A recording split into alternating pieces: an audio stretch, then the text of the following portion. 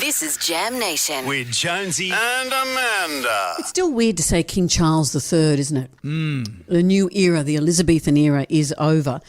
And we've been hearing details about his coronation. There's some speculation that it will be held on June the 3rd, 2023, 70 years and one day on from the Queen's coronation. Right.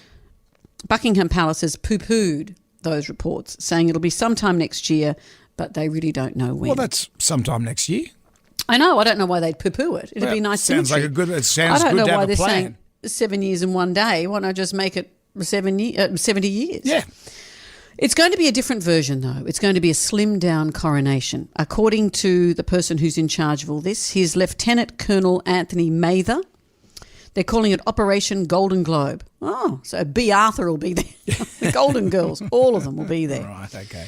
So the coronations have been held at Westminster Abbey for 900 years. The tradition of this is extraordinary, but they are ditching a lot of the old school traditions because 70 years since the last one, a lot has changed in the world, and they will be referencing that. The Queen's coronation was the first ever to be televised. I think it may have been one of the first ever live television events on British television. Really? And it went for 3 hours.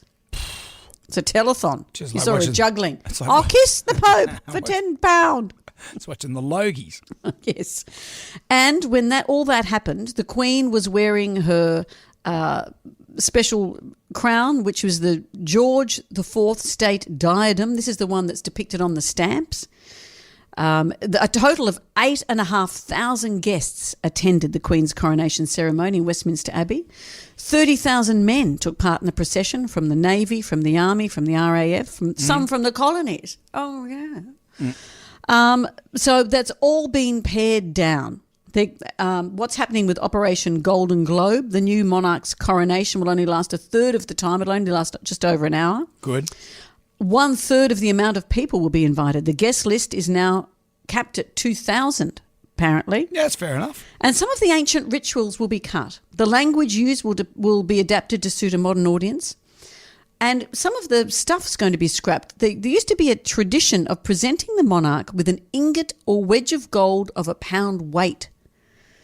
As Mather has said, in an age where people are feeling the pinch, that's not going to happen. And traditional robes featuring a crimson velvet cloak and ermine fur will be scrapped. He has said no coronation robes. Give them to a museum where they belong. He still said it's not going to be a tweed jacket and a pair of jeans. That's an Australian version of dressed up. Get thee to Kelly Country. He's wearing a Kelly Country suit. They're saying morning suit or lounge suit will be allowed. Okay.